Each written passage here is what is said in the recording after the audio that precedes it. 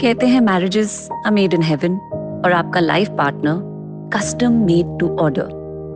रास्ता में तुम्हारी मंजिल नहीं हूँ, उस रास्ते में एक मुकाम हूँ और वो मुकाम ऐसा लगता है इस पेंटिंग में मैं हूँ। जरूरत नहीं है। किसकी? परफ्यूम की। अपने हंसी होंठों को नजरों से छुपा लिया करो।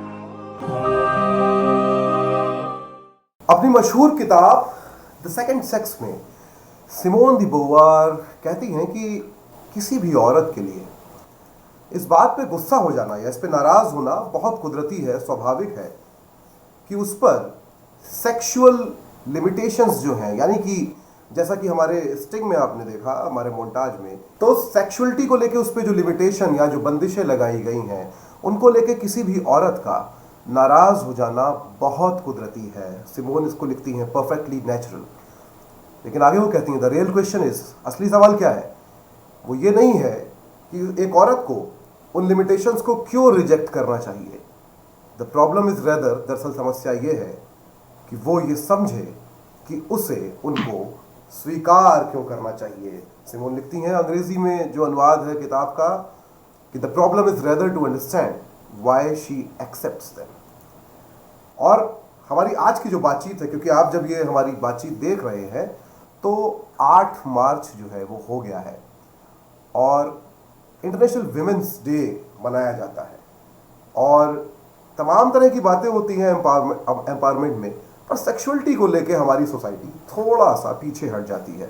बल्कि जो शब्द मैं बोल रहा हूँ सेक्सुअलिटी, अगर मैं इसकी जगह केवल सेक्स बोलूँगा तो भी लोग पीछे हट जाएंगे, तो ज़्यादा पीछे हट जाएंगे।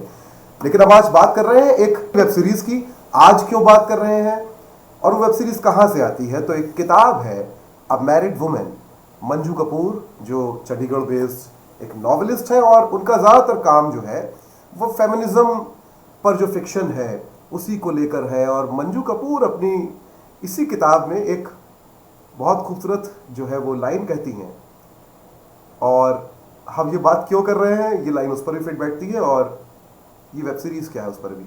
वो कहती हैं कि मादक एक शब्द होता है जो कामोत्तेजना में इस्तेमाल होता है, तो वो कहती हैं कि बातचीत से ज़्यादा मादक और क्यूरियोसिटी यानी कि जानने की जो इच्छा है उससे ज़्यादा सिडक्टिव या उससे ज़्यादा आकर्षक जो है वो कुछ भी और नहीं हो सकता। तो इससे हम यहीं से, इसी पॉइंट से हम बातचीत भी शुरू करते हैं और जानने की इच्छा की तरफ बढ़ते हैं। हमारे साथ साहिर रजा है। साहिर जो है वो डायरेक्टर है इस वेब सीरीज़ के जो ऑल्ट बालाजी पे जो है वो आने वाला है, आ गया है। कहते हैं marriages are made in heaven और आपका life partner custom made to order, सीधे स्वर्ग से भेजा जाता है। ये कहानी जो है ना वो हैप्पीली एवर आफ्टर पे नहीं एंड होती, वहां से शुरू होती है। क्यों मिला मुझे? बस ये एहसास दिलाने के लिए कि जो अभी है वो काफी नहीं। और रास्ता में तुम्हारी मंजिल नहीं हूँ, उस रास्ते में एक मुकाम हूँ और वो मुकाम गलत होने की वजह से अपनी मंजिल को ढूंढना मत छोड़ देना आस्था, प्लीज।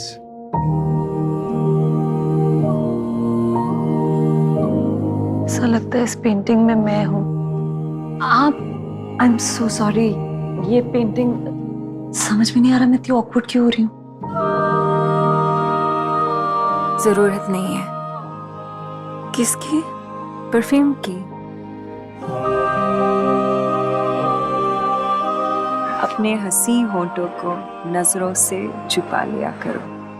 ऐसा लगता है तुम मुझे इतनी अच्छी तरह जानती हो, पर तुम मुझे जानती ही कितना हो। I fall in love with the person, not their gender. ये जो लड़ाई है ना वो इंडिविजुअलिटी वर्सेस कंडीशनिंग की है। पूरी दुनिया और उसकी घिनौनी सोच के खिलाफ लड़ रहे हैं। पिपली का खान है। ऐसी औरतें ना हमारी सोसाइटी बर्बाद कर देती है।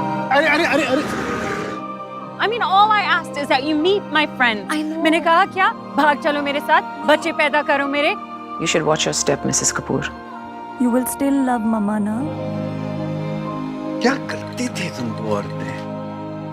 मतलब ये जो चीज है जिससे कुछ भी हो सकता है वो तो है ही नहीं, मिसिंग है।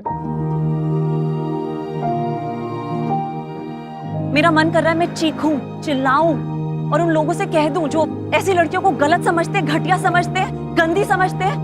उनसे कह दो कि मैं वो लड़की हूँ। 8 मार्च से द मैरिड वुमेन जो इस किताब पर बेस्ड है, इस नॉवेल पर बेस्ड है। साहिर, सबसे पहला सवाल, क्योंकि मैं आगे जाऊंगा, आपने पीछे जो किया है उसको लेके आगे आऊंगा, पर सबसे पहला सवाल यह है कि ये किताब जो है, इस पर ही वेब सीरीज करने का आइडिया क्यों आया? क्योंकि बहुत सारा कंटेंट आसपास जो है वो ओटीटी पे बिखरा हुआ है और उसमें भी बहुत ज्यादा फोकस जो है वो कुछ और तरह के कंटेंट पे है। डिस्कोर्स को लेके काम करने में बहुत ज्यादा इच्छुक कोई नहीं दिख रहा है, तो आपको क्यों लगा कि आपको इस पे वेब सीरीज करनी है? ओके, सो ये जो वेब सीरीज है एक्चुअली मंजू कपूर जी की बुक पे बेस्ड, ये वेब सीरीज मुझे ऑल्ट प्लेटफॉर्म ने ऑफर की थी अबाउट साल भर पहले। ऑल्ट ने कुछ साल पहले मंजू जी की किताब की को बनाने के, उस पर आधारित एक वेब सीरीज या फिल्म बनाने के राइट्स लिए थे और मुझे इसकी जब पहली स्क्रिप्ट मिली जो जया मिश्रा और सुरभि सरल ने लिखी थी। सुरभि सरल हमारी स्क्रीन राइटर है, जया मिश्रा ने डायलॉग और एडिशनल स्क्रीन प्ले लिखा है हमारे लिए। तो उसे पढ़ के पहली स्क्रिप्ट से ही मुझे लगा कि ये एक ऐसी कहानी है जिससे मैं एसोसिएट होना चाहूँगा, जो बहुत हद से ज़्यादा इंटरेस्टिंग भी है। और इस समय में जब 377 रद्द जरूर कर दिया गया है, लेकिन हमारी गवर्नमेंट अब भी उसे सुप्रीम कोर्ट में एक सेम सेक्स रिलेशनशिप में मैरिज को अपोज करती है। उस जैसे समय में एक जिसको मैं देखता हूँ ग्रोइंगली कंजर्वेटिव एनवायरनमेंट में, ऐसी कहानी से मैं एसोसिएट होना चाहता था। स्क्रिप्ट बहुत खूबसूरत लिखी गई थी, उसके डायलॉग्स बहुत अच्छे थे, वो सारी चीज़ें एक तरफ, बट इस तरह की कहानी बताने में मैं इंटरेस्टेड था। So that's what piqued my interest. I think पहली स्क्रिप्ट पढ़ते ही, पहले एपिसोड की कहानी पढ़ते ही I was in. There was no doubt anymore. And then of course Samar Khan came in as the producer for the show and it was in every way a complete package. सब के सब लोग जो इससे associate होना चाहते थे बहुत ही इंटरेस्टिंग और बहुत ही अच्छे थे। और रिद्धि जिनका मैंने काम थोड़ा बहुत असुर में देखा था, और मोनिका जो बहुत ही इंटरेस्टिंग और अलग तरीके का म्यूजिक बनाती हैं, और धूप जिनका काम मैंने देखा था, तो दोनों के दोनों इस प्रोजेक्ट से ऑलरेडी एसोसिएटेड थे। So it just in every way as a project, from the socio political issues जिनकी ये बात कर रहा था टू the many people जो अलग अलग तरह के अलग अलग स्पेसेस में जिंदगी के इससे जुड़े थे, all of it excited me. So I was in right after the first script, I think. जो लोग इस नॉवेल के बारे में नहीं जानते उनको बता देना चाहता हूँ कि एक वर्जित शब्द है होमोसेक्सुअलिटी, उसको छूती हुई कहानी है। और वर्जित मैं इसलिए इस्तेमाल कर रहा हूँ, मैं इसको टैबू कह देता, पर शायद संस्कृति के रक्षकों को वो टैबू शब्द पसंद ना आए, तो मैं संस्कृत में शुद्ध हिंदी में वर्जित शब्द कह देता हूँ। तो उसको छूती हुई कहानी है। सुप्रीम कोर्ट इस पे फैसला दे चुका है, 377 को डिक्रिमिनलाइज किया गया है और पूरी तरह से कुदरती, केवल भारत में नहीं दुनिया भर में माना जाता है इसको। ये अलग बात है कि हमारी कुदरत की परिभाषा अलग हो सकती है। साहिर, अगर मैं आपसे प्रोड्यूसर वाली भाषा में ये पूछूं कि इसका वन लाइनर क्या है तो आप क्या बताएंगे?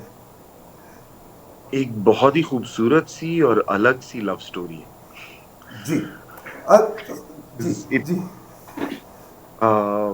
यू नो, लोग एक्चुअली देखा जाए तो बहुत सारा पॉलिटिक्स, बहुत सारी अजीबोगरीब नेचुरल अननेचुरल चीजें ढूंढते रहते हैं, but beyond a point it's a love story. And in this case Hindustan में ऐसी लव स्टोरीज बहुत कम बताई गई हैं। और तो आपने भी इसको 90s में ही सेट किया है जिस पे नॉवेल है? जी, हमने इसे 90s में ही सेट किया है। हमारी कहानी 1991 एक छोटा है जो 80s से शुरू होता है, बट हमारी कहानी 1991 से लेकर 1992 के एंड तक जाती है और दिल्ली में ही सेट है। और दिल्ली में ही सेट है। मंजू जी का हमने जो एनवायरनमेंट उन्होंने सेट किया था, काफी सारे जो इक्वेशन सेट किए थे, यस ये एडेप्टेशन है और सब्सटैंशियल एडेप्टेशन है मेरे ख्याल से, लेकिन मंजू जी के बहुत सारे एलिमेंट्स इसमें प्रेजेंट हैं जो उन्होंने लिखे थे। जी साहिर, नॉवेल में लिख देना देखिए एक हिस्सा होता है, पर अभी हाल ही में हम देख चुके हैं, और बल्कि आज ही सुप्रीम कोर्ट ने जो है वो अमेजन प्राइम की जो इंडिया हेड है अपर्णा, हमारी दोस्त भी अच्छी, तो उनकी गिरफ्तारी पर रोक लगाई है। तो जो कुछ चल रहा है ऐसे में, इस तरह के आइडिया पे काम करने में क्या टीम में एक डिस्कशन या कंफ्यूजन था कि एक रिस्क है, एक खतरा है और बहुत सारी चीजें झेलनी पड़ सकती हैं इस तरह के कंटेंट पे काम करने से? देखिए ये एक ऐसा सब्जेक्ट है जो अब आप किसी भी तरह की फिल्म मेकिंग में अब इस नए हिंदुस्तान में डिस्कस कर ही रहे हैं।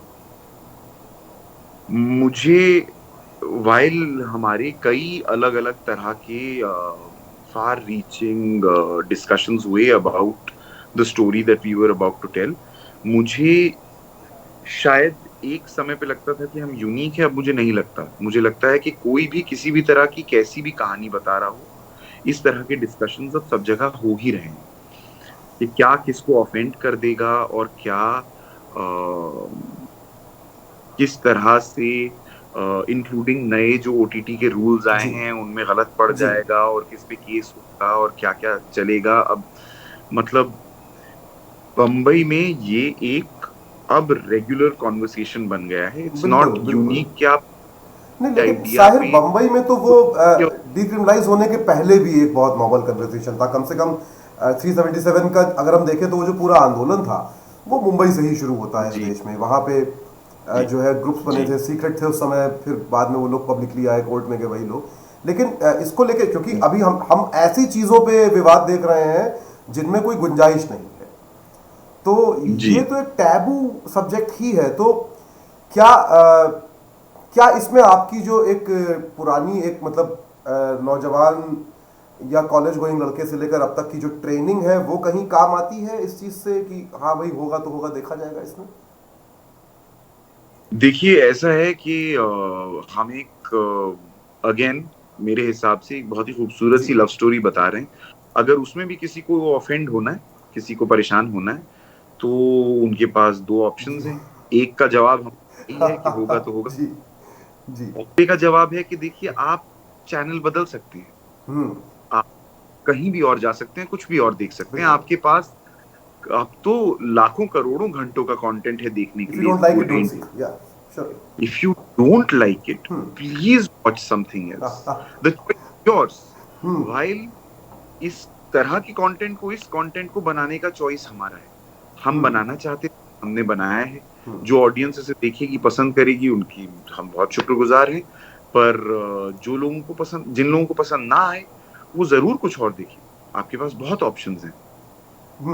साहिर, इसमें चूंकि ये कहानी जो है बेसिकली एक मिडिल क्लास फैमिली से इमर्ज करती है नॉवेल में भी, तो क्या कोशिश की है? क्योंकि देखिए मेरे दिमाग में, मेरे जहन में मुझे जब ये पता चला कि नॉवेल पे आप इस पे बना रहे हैं वो एक हिस्सा था, दूसरा हिस्सा जो कन्फ्लिक्ट आया वो वहां से आया जब मुझे ये पता चला कि इसको एकता कपूर प्रोड्यूस कर रही है और ऑल्ट बालाजी पे आ रहा है। तो वो दो तरह के अलग अलग हिस्से, जिसमें एकता कपूर का एक हिस्सा जो इस देश के टियर 2, टियर 3, टियर 4 सिटीज और कस्बों और गांव ने देखा है, जो सास बहू वाले सीरियल्स हैं और जिनके हम सब घनघोर विरोधी रहे हैं, नो डाउट, है ना, जिसमें पैट्रियार्की बहुत डोमिनेंट है कहीं ना कहीं, कि औरतें खाना बना रही हैं, साड़ी पहने, जेवर पहने, आदमी काम कर रहे हैं, है ना, जस्ट लाइक दैट, आदमी बैठ के खाना खा रहे हैं, औरतें सर्व कर रही हैं। और एक हिस्सा जो है वो ऑल्ट बालाजी का एक जो जेनरिक रूप प्रचलन में है, जिसको लोग समझते जानते हैं, जो एक अलग तरह का कंटेंट है। आपको हैरानी हुई थी जब आपको बालाजी ने या एकता कपूर ने इसके लिए हायर किया? क्या आपको भी कुछ हैरानी हुई थी कि ऐसा कुछ कंटेंट करना चाह रहे हैं? दूसरा, एकता कपूर ने एक ट्वीट की है, वो हम सबने पढ़ी, पर वैसे अगर आपसे पूछूं कि क्या अप्रोच था उस टीम का, उस बारे में कुछ बताइए जो आपको कांटेक्ट किया गया या बनाते समय भी। देखिए इन ऑल ऑनेस्टी मैंने पिछले 1 महीने से ना ट्विटर देखा है ना इंस्टाग्राम। मैं सिर्फ पब्लिसिटी पब्लिश करने जाता हूँ और फिर मैं अपनी एडिट्स पे लौट जाता हूँ। तो ट्वीट क्या है आपको मुझे बताना पड़ेगा, बट बिफोर दैट देखिए, जहां तक एकता कपूर का सवाल है, एकता कपूर ने बहुत तरह का कंटेंट बनाया है। उन्होंने ही लिपस्टिक अंडर माय बुर्का भी बड़े पर्दे पे आई है, राइट। एंड आई थिंक उनकी एक सबसे इंटरेस्टिंग क्वालिटी ये है कि वो अपने आप को हर तरह के कंटेंट में लेकर जाती हैं और वो अपने कंटेंट को लगातार रीइन्वेंट करती हैं। यस, उनके यहाँ से कंटेंट है जो कई नजरियों से प्रॉब्लमैटिक है और उन्हीं के यहाँ से कंटेंट है जो कई नजरियों से बहुत प्रोग्रेसिव है, राइट। ये पर्टिकुलर कहानी मेरे ख्याल से जब आप देखेंगे, मेरी उम्मीद है कि सबको इसके अंदर जितना प्यार और जितना एफर्ट डाला गया है, इसको एक progressive path breaking while still remaining within the constraints of a love story बनाया गया है। बट इसके एलिमेंट्स जब आप देखेंगे तो जो आपके एप्रीहेंशंस हैं अबाउट कंटेंट जो ऑल्ट बालाजी से आता है, वो मेरे ख्याल से इसको देखते हुए मेरे पर्सनल बिलीफ है कि इसको देखते हुए हट जाएंगे। ये शो किसी भी प्लेटफॉर्म पे होता, अगेन मेरा पर्सनल बिलीफ है कि काफी यूनिक होता। ऑल्ट बालाजी पे भी ये शो यूनिक ही होगा मेरे ख्याल से। बट इसको देख के इसे जज कीजिएगा, इसे ऑल्ट बालाजी का है या एकता कपूर का है और उनका एक तरह का परसेप्शन है दुनिया में, वो सोच के जज मत कीजिएगा, क्योंकि वही इंसान अगेन लिपस्टिक अंडर माय बुर्का भी लेकर आया था हमारे लिए। सो एक बक्से में उनको डाल देना मेरे ख्याल से गलत होगा। उन्होंने मेरे ख्याल से हमेशा से वो कंटेंट बनाया है जो उनको दिल से अच्छा लगा है, और यूजुअली लोग कॉम्प्लेक्स होते हैं, उन्हें बहुत तरह की चीजें पसंद आती,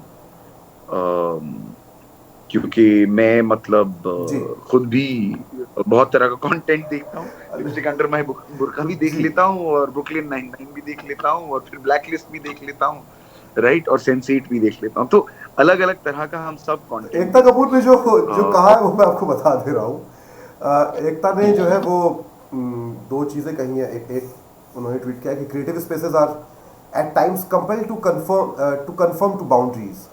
As a creator, I have challenged those norms, at times pushed the envelope. This is a freedom we crave, we celebrate. However, I am cognizant that freedom comes with responsibility, and that is what my show is: creative freedom to tell a different story, with responsibility towards my viewer, while respecting the creative desire of my team. और एक tweet उन्होंने जो किया है जो मुझे खूबसूरत लगा, वो ये है कि settled and yet there is intolerable restlessness. ये कैसा मर्द है? When your soul craves another, it will find its way, no matter how many boundaries it has to cross. The Married Woman, inspired by Manju Kapoor's book, और streaming 8th March on Alt Balaji and Z5 Premium. ये उनके दो tweets हैं जो मैं mention. दूसरा tweet मुझे ज़्यादा खूबसूरत था क्योंकि उसमें उन्होंने कंटेंट की बात की है। तो हालांकि मेरा जो एप्रीहेंशन था वो ऑल्ट बालाजी के कंटेंट को लेके कम था। वो जो कॉस्ट्यूम ड्रामा हमने देखा है एक फैमिली ड्रामा के नाम पे, मुझे मेरा उसको लेकर आया था, क्योंकि वो बहुत सारे सेंसेस में कहीं ना कहीं, हालांकि वो भी है कि जाहिर सी बात है आपकी दुकान पे अगर लाइफ बॉय बिक रहा है तो आप डव क्यों बेचोगे, ये भी एक हिस्सा है। जब तक टेलीविजन था और ओटीटी नहीं था तो ये एक अलग हिस्सा है बाजार का। साहिर, आपके कुछ पिछले काम हैं जिसमें से एक आध चीज़ें मुझे बहुत पसंद है पर्सनली, जैसे AIB की ऑनेस्ट सीरीज जो है। मुझे ये बताइए कि ऑनेस्ट सीरीज जो है, एक तो ये कि उसका आइडिया कहाँ से जनरेट होता है, क्योंकि वो जो दो हिस्से हैं, ऑनेस्ट वेडिंग्स और ऑनेस्ट रेस्टोरेंट्स, वो मतलब मेरे दिल के पर्सनली मेरे दिल के बहुत करीब है, क्योंकि कॉलेज वगैरह में हम सबने वो ना केवल देखा है, दूसरा वो जिस ईमानदारी से, जिस ब्रूटल ऑनेस्टी के साथ वो बनाया गया है। क्या वो जो फेज था आपका पूरा, जो 2017 के आसपास का हम माने, और चूंकि आपने शुरुआत जो है DOP या सिनेमेटोग्राफर के तौर पे की, जो मुझे जानकारी मिली है, तो अगर क्या मैं सही हूँ, मुझे ये बता दीजिए। एब्सोल्युटली। हाँ, तो वहां से उस कंटेंट से होते हुए यहाँ तक की जो जर्नी है, तो क्या वो जो बहुत ब्रूटली ऑनेस्ट कंटेंट मुझे लगता है वो ऑनेस्ट, मतलब जब मैंने उसको देखा तो मुझे मुझे मैंने कहा कि बहुत रेयरली ऑनेस्ट है, तो ऑनेस्ट है वो बहुत ही अमेजिंगली ऑनेस्ट है। क्या उस कंटेंट को करने से कुछ हेल्प मिलती है वो कंटेंट करने में जो आपने अभी बनाया है? Most definitely. सो जब मैंने एआईबी के साथ काम शुरू किया तो मैंने सबसे पहले डीओपी की तरह, सिनेमाटोग्राफर की तरह काम शुरू किया था। एंड एआईबी में जो चारों लड़के थे वो कमाल के क्रिएटिव थे, कमाल के कॉमेडियन थे, कमाल के राइटर्स थे, और जिस तरह से वो लिखते थे उसके तो हम सभी फैन थे उस समय। मतलब जितना हमें उस कंटेंट को बनाने में मजा आता था उतना ही उसे देखने में भी मजा आता था। एंड मैंने उनके साथ कई सारे स्केचेस किए, ऑनेस्ट सीरीज उनमें से शायद सबसे ज्यादा जरूरी पार्ट्स थे। पहली वाली वेडिंग मैंने ऑनेस्ट वेडिंग्स मैंने एज अ सिनेमाटोग्राफर काम किया था, ऑनेस्ट रेस्टोरेंट्स एंड बार पे मैंने एज अ डायरेक्टर काम किया था। दोनों मुझे अब भी बहुत पसंद है, और आई थिंक उनसे मैंने बहुत सीखा, बिकॉज जिस ब्रूटल ऑनेस्टी के साथ जो आपने भी मेंशन किया वो लिखते थे ये सीरीज, वो कमाल थी। और जिस तरह से वो एक तबके को हिंदुस्तान के समझते हैं जो शायद वो चार लड़के ही सबसे कमाल तरीके से समझते हैं, उसको वो हर स्केच में अपनी बहुत ही इंटरेस्टिंग तरीके से हमेशा लेकर आते थे। उनका टेक हमेशा डिफरेंट होता था। कई बार आपको पता है, आपने इनहेरेंटली ये चीजें देखी हैं, लाइफ में ऑब्जर्व की हैं, लेकिन you can't put it in words, और वो तन्मय, आशीष, रोहन और खंबा बहुत खूबसूरती से पेपर पे लाते थे। बट उस कंटेंट को मैंने कई साल किया, और उसके बाद I think the next step that I decided was कि मुझे थोड़ा सा लॉन्गर फॉर्मेट और थोड़ा सा फिक्शनल ध्यान ज्यादा देना है। एआईबी का कंटेंट हमेशा रियलिटी से सिर्फ इन्फॉर्म नहीं, लेकिन रियलिटी पे बेस्ड ही होता था almost. That's what made it fun, you know, that वो रियलिटी को उठा के ही ट्विस्ट करते थे, और वो चीजें जो वो स्क्रीन पे जिनका मजाक उड़ाते थे वो ऑलमोस्ट ऐसा लगता था कि हमने सबने या देखी हैं या सोची हैं, या सामने वाला यही बोलना चाहता है, हम जानते हैं और हम चाहते हैं उनको यही बोलना, लेकिन ऑफ कोर्स सोसाइटी ऐसी है कि हम बोलते नहीं, राइट? बट उससे the thing that I learned at its core I think was कि आप जो भी करें, फिक्शन भी बताएं, उसमें एक कॉन्स्टेंटली कोशिश ये रहनी चाहिए कि आपके कैरेक्टर्स सब एक ऑनेस्टी के साथ अपने फिक्शनलाइज्ड कैरेक्टर को आपके सामने ला सकें, आपकी ऑडियंस के सामने ला सकें, और वो कोशिश मेरी अब भी जारी है। हम इवन इन अर्लियर शोज जो मैंने इससे पहले किए हैं उनमें भी मैंने कोशिश, बट मेरे ख्याल से इसमें स्पेशली बिकॉज एक तो मैं खुद दिल्ली से हूँ और दिल्ली का मिलियू था और वो सारी चीज, आई थिंक उन कैरेक्टर्स में जो हमारे दो कैरेक्टर्स हैं, आस्था के केस में दिल्ली की एक कंजर्वेटिव मिडिल क्लास फैमिली है, middle upper middle class family, और पीपलिका के केस में जो दूसरी कैरेक्टर है मोनिका डोगरा, एक आर्टिस्ट और उसकी दुनिया है काफी प्रोग्रेसिव सी। उन दोनों को आई थिंक मैं काफी रियलिटी में और 90s की रियलिटी में बेस्ड रख पाया हूँ, both because of the training that came with AIB and the last 10 years of working in Bombay, both cinematographer and as director, और दूसरा specially because of lived experience I think, specially Delhi का होने की वजह से। ऐसे लोग मैंने अपनी जिंदगी में अपने सर्कल्स में कई सारे देखे हैं, हमने उनमें से कईयों से इंस्पिरेशन ड्रॉ किया है। इनफैक्ट एक कैरेक्टर को हमने कुछ शेड्स सफदर हाशमी के दिए हैं। क्या बात है। एंड हमने आस्था का कैरेक्टर जो रिद्धि डोगरा प्ले करती हैं, उन्हें बहुत एक्टिवली कोशिश की है मिडिल क्लास औरतों की रियलिटी में बेस करने की। उनके हस्बैंड सुहास पोर्ट्रे करते हैं जो बहुत ही इनक्रेडिबल एक्टर हैं, उनमें हमने कोशिश की है एक conservative, relatively conservative middle class आदमी की ट्रेट्स डालने की, जो खुद बेचारा नहीं समझ पाता है कि मैं गलत क्या कर रहा हूँ, क्योंकि वो अपने पर्सपेक्टिव से सब कुछ प्रोवाइड कर रहा है जो उसे करना चाहिए, बट वो ये नहीं समझ पाता है कि उसने अपनी बीवी को काम करने दिया, इसका मतलब ये नहीं है कि उसने अपनी बीवी को फ्रीडम दे दिया, राइट? तो हमने ये बहुत सारी चीजें एज रियलिटी प्ले करने की कोशिश की है, as reality that I have seen around that for इसको अगर राइट अगर मैं इसकी क्रोनोलॉजी समझने की कोशिश करूं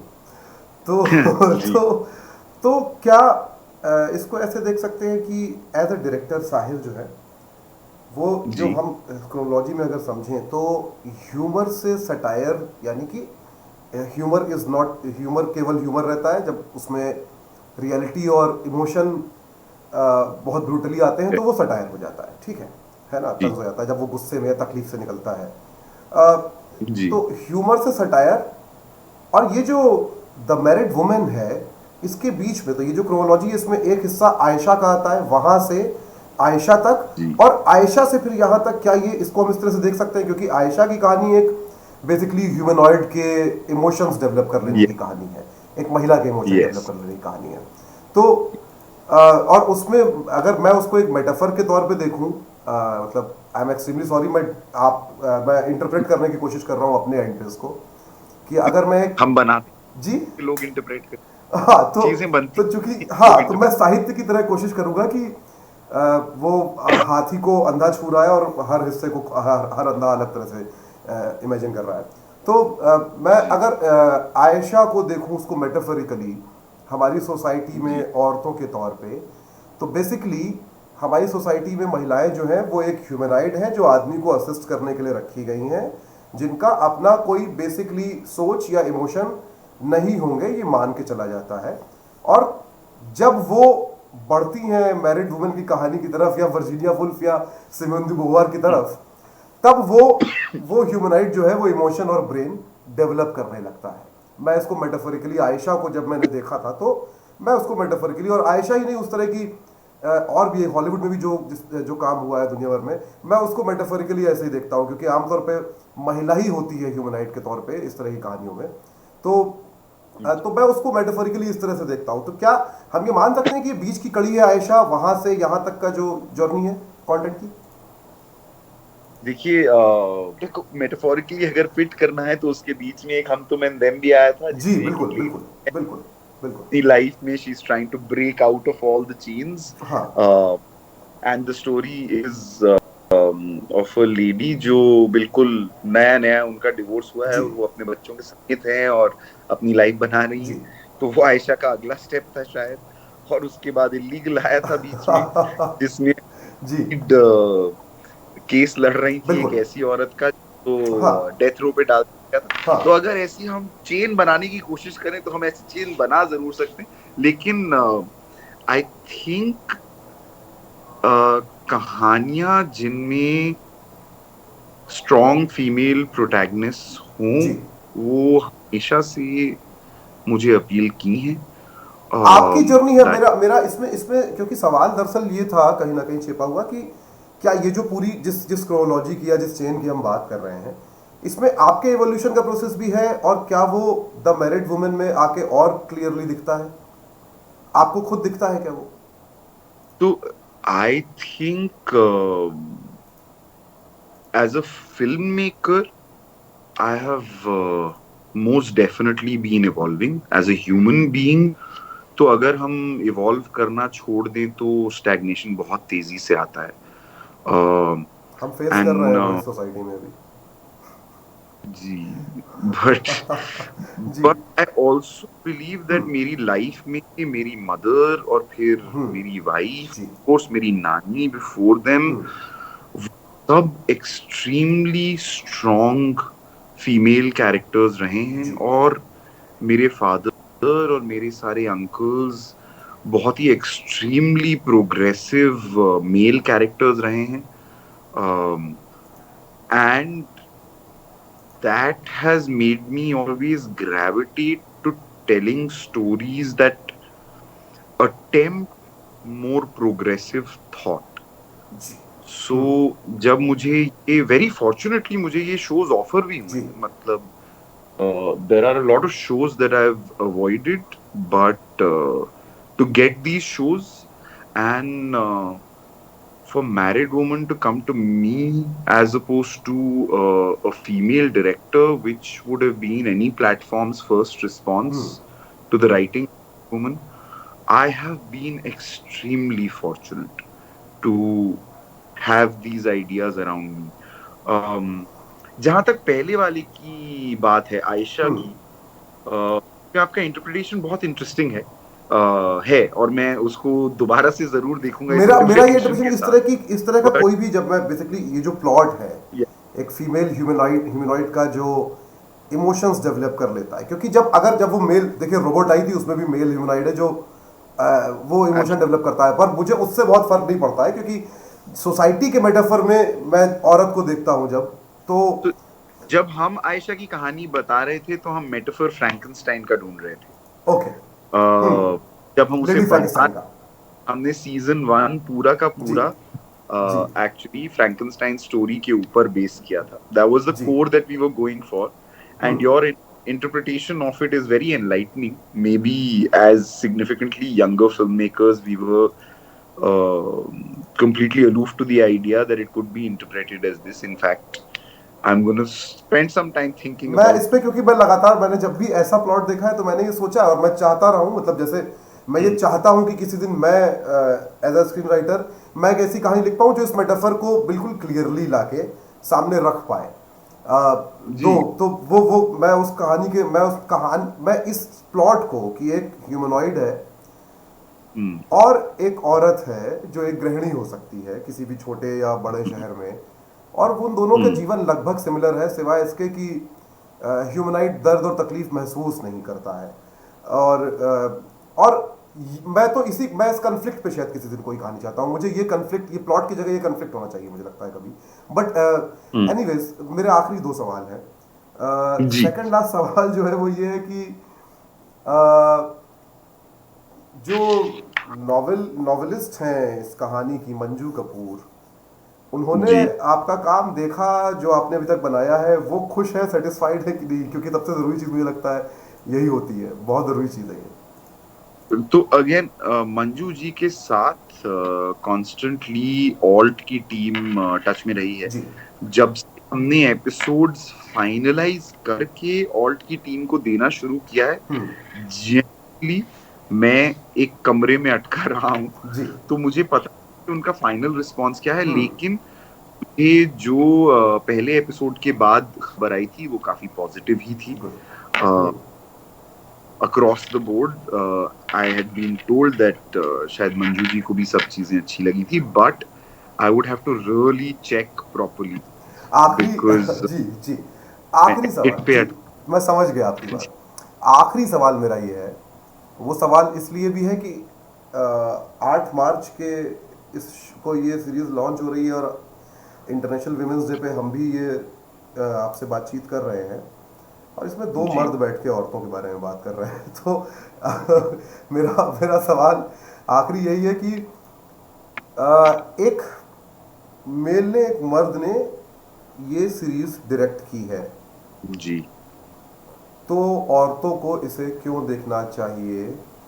आखिर क्यों वो देखें इसको? एक पुरुष के तौर पे आप क्या कहना चाहेंगे? देखिए, आई थिंक औरतों को नहीं, इसे सबको देखना चाहिए,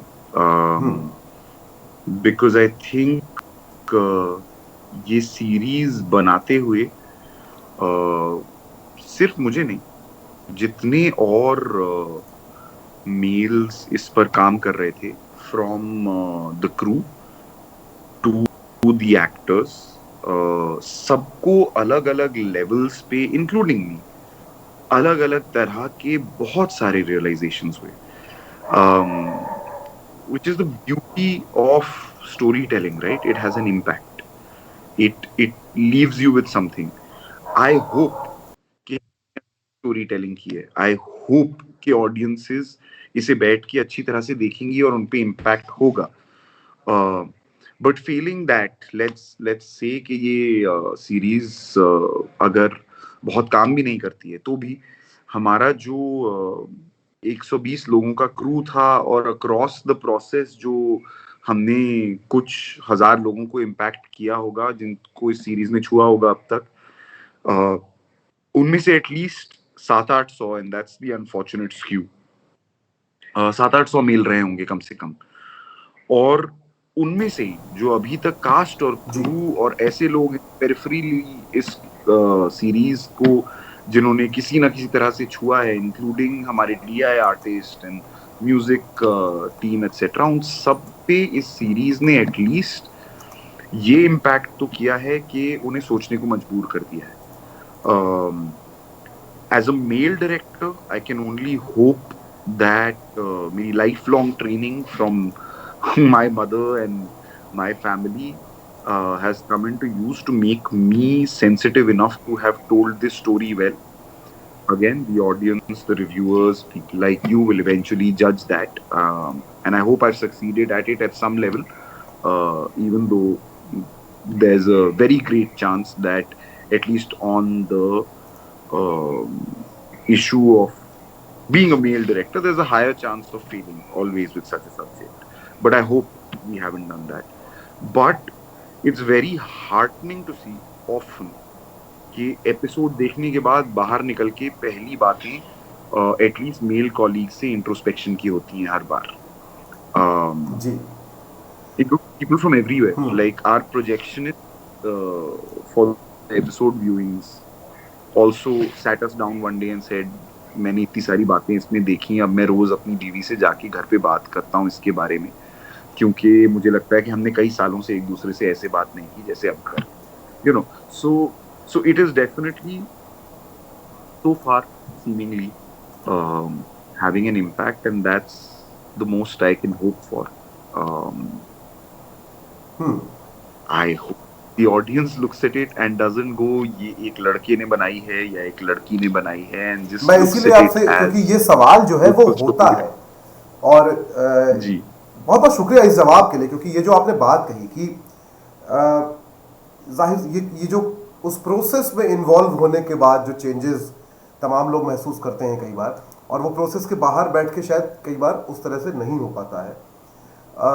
साहिर, बहुत बहुत शुक्रिया हमसे बात करने के लिए. जो बात साहिर से मैंने आखिरी सवाल पूछा, वो सवाल सिर्फ इसलिए नहीं था कि साहिर ये बताएं कि आपको ये सीरीज़ क्यों देखनी चाहिए.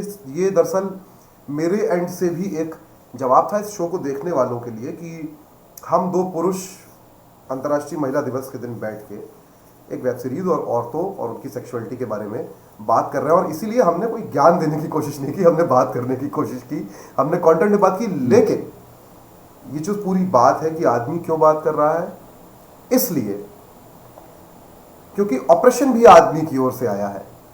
और दरअसल फेमिनिज्म या जो महिला विमर्श है उस पर औरतों जितना ही आदमियों को भी बात करने की ज़रूरत है, क्योंकि असल बदलाव की शुरुआत जो है वो जितना उस तरफ से होगी उससे कहीं ज़्यादा इस तरफ है, क्योंकि पितृसत्ता की, पैट्रियार्की की जो कंडीशनिंग है उसके सबसे ज़्यादा मारे जो हैं वो पुरुष हैं, और उनको पता भी नहीं है कि वो अपना और समाज का कितना नुकसान कर रहे हैं. औरतें तो खैर अपनी लड़ाई लड़ रही हैं और जो लड़ेगा वो जीत जाएगा. अंत में मैं फिर से सिमोन दी बोवार की ओर ही जा रहा हूँ, जो बहुत इंटरेस्टिंगली यही बात जो मैं अभी कह रहा हूँ वो कहती हैं कि दुनिया का जो रिप्रेजेंटेशन है, दुनिया के बारे में, दुनिया के सामने जो रिप्रेजेंटेशन है वो दरअसल पूरी तरह से, वो कहती हैं it is the work of the man, और आदमियों ने जो बनाया हुआ है एक रिप्रेजेंटेशन दुनिया का वो है, and they describe it from their own point of view. वो अपने नज़रिए से इसकी व्याख्या करते हैं, विच दे कन्फ्यूज विद एब्सोल्यूट ट्रूथ. और पुरुषों को दरअसल सच पता नहीं है, लेकिन अपने नज़रिए से वो दुनिया की व्याख्या नहीं करते हैं, वो बाकी सारे जेंडर्स पे थोप भी देते हैं. उम्मीद करते हैं कि द मैरिड वुमेन उस पर्सपेक्टिव को सामने ही नहीं रखेगी. दरअसल जिस इमोशन और जिस खूबसूरती से रखना चाहिए, हमने बहुत सारी कहानियों को भटकते इसीलिए देखा है क्योंकि हम खूबसूरती और इमोशन जो है कहीं छोड़ देते हैं. तो बदलेगी, आपको देखना चाहिए, इसलिए कि इस तरह का हर कंटेंट वो आपको बहुत पसंद आए या ना आए, वो एक सीढ़ी है उस मंजिल पे पहुंचने की, जहां हम धीरे धीरे गिरते हुए और संभलते हुए पहुंचेंगे। क्योंकि दरअसल ये गिरना है, लड़खड़ाना है, ये सबसे ज़रूरी हिस्सा है। The greatest glory is not in never falling but it is in rising each time you fall. हर बार गिरना, संभलना, उठना और दोबारा से चल पड़ना उस मंजिल की ओर जिसको हम बराबरी कहते हैं, इक्वलिटी कहते हैं। याद रखिए आज के दिन अंतिम बात मेरी ओर से कि औरतों को या किसी भी जेंडर को सम्मान नहीं चाहिए, उनको बराबरी चाहिए। सम्मान की बात कम कीजिए, बराबरी में यकीन ज़्यादा कीजिए। साहिर बहुत बहुत शुक्रिया इस सीरीज़ को बनाने के लिए, इस नॉवेल पे, चूँकि मैंने नॉवेल पढ़ा भी है, और बहुत बहुत शुक्रिया हमको वक्त देने के लिए। और बाकी हम जब देखेंगे तो इसका रिव्यू भी करेंगे। बहुत बहुत शुक्रिया Sahir. Please, I hope you enjoy. Thank you. कहते हैं marriages are made in heaven और आपका life partner custom made to order. रास्ता में तुम्हारी मंजिल नहीं हूँ, बस रास्ते में एक मुकाम हूँ, और वो मुकाम ऐसा लगता है इस पेंटिंग में मैं हूँ। जरूरत नहीं है। किसकी? परफ्यूम की। अपने हंसी होंठों को नजरों से छुपा लिया करो।